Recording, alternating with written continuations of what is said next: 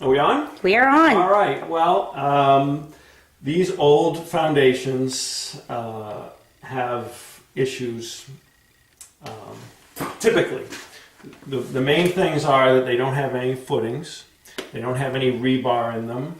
The concrete is, 100 years old, and this concrete, actually, the concrete itself looks pretty good because sometimes you can actually pick away at it with your fingers and it falls away.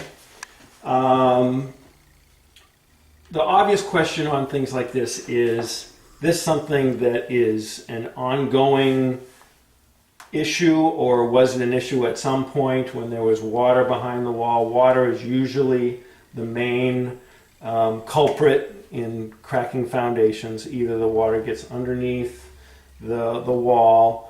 Again, there's very minimal footing, so the support of the wall gives away in some manner, and the wall either cracks and settles. There's a little example of it, settling a little bit right here along the edge. This is pretty typical, where you see a little crack in the slab where it maybe is dropped. I'm going to guess that might have dropped a ½ inch in relation to the main slab. Very typical.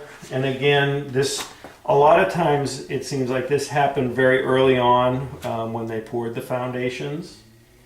And so it's likely that at least this part of what we're seeing happened, 70 or 80 years ago. I'm assuming this is probably an 80 to 100-year-old. Yeah, 1909. Yep. Mm-hmm. Yep. Okay.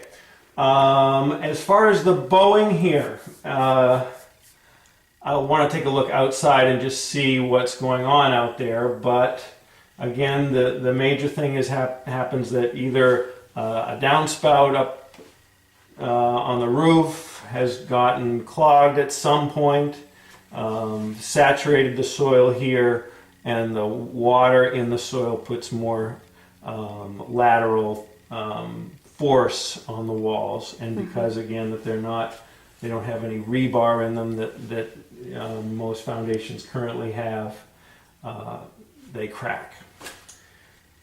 This has been repaired. Yeah. And I don't know, do you have any idea of when? I don't know when. Okay, so this was like, I'm not sure I do remember being here, but anyways, it does look like, just from the paint, this doesn't look like somebody's come in and painted this up. It looks like there's some old piping lines here. So this, hasn't been painted or covered in a long time, it seems like, that would mask any other cracking. So it doesn't look to me like this is, something that's still happening.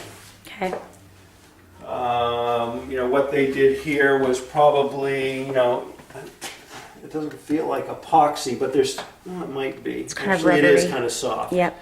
So it might be some kind of epoxy, or maybe just some kind of caulk that they put in here, which is, if it was an epoxy, it's basically kind of a glue, which really has minimal structural capacity. It's more to water, if they ever had any water issues coming through these cracks, it would help, mitigate that. One of the things that we had the first, review of this that we got was from just a concrete foundation contractor, and he was noting some of the water lines in here that you see. Yeah, right. Yep. And that was a major concern from him, Right. and those right there that you can Yep. see. Yep. There. I don't know. I mean, when. yeah. Yeah. I mean, that's just really hard to. This was one of the wettest winters we've had in a while, so it's hard to say whether or not this happened this year or 10 years ago. It's hard to say. Okay. So maybe we should go up and take a look outside, but there's essentially 3 choices in dealing with this. On the extremes are replacing the wall, which, you know, it doesn't appear that that's something that needs to happen right away. I guess the question would be to somehow monitor this and see, you know, if it is, you know, if it is moving at all. The next one would be to build a kind of a backup structural wall against this to brace it in case that force is continuing to move the wall.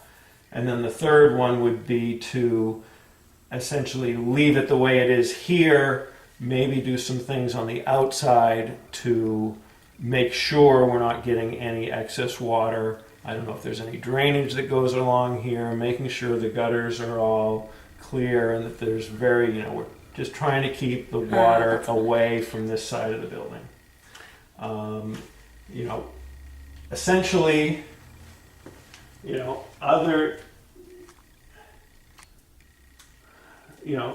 we try to determine if there is still any kind of movement.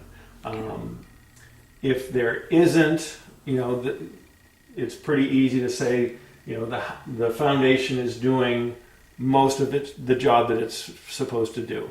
The foundations are supposed to hold the building up from the vertical loads, which, you know, from the look of everything else, it looks fine. This was the. I want to look around and get a little more, possibly, but the other issue that, you know, most of these old foundations probably aren't going to do a great job with is if we have, you know, the big earthquake that we designed for now. The connection between the wood framing and the foundations in these old buildings is either non-existent or minimal at best. And one thing that I would recommend is going around, and there's retrofit plates that can be installed, and this is nice because your basement isn't finished off, which are basically a kind of a steel plate that attach to the foundation down, you know, about 6 or 8 inches down from the top of the wall with some epoxy anchors, and then with some lag screws screwing into this plate here, which help, you know, tie the building to the foundation.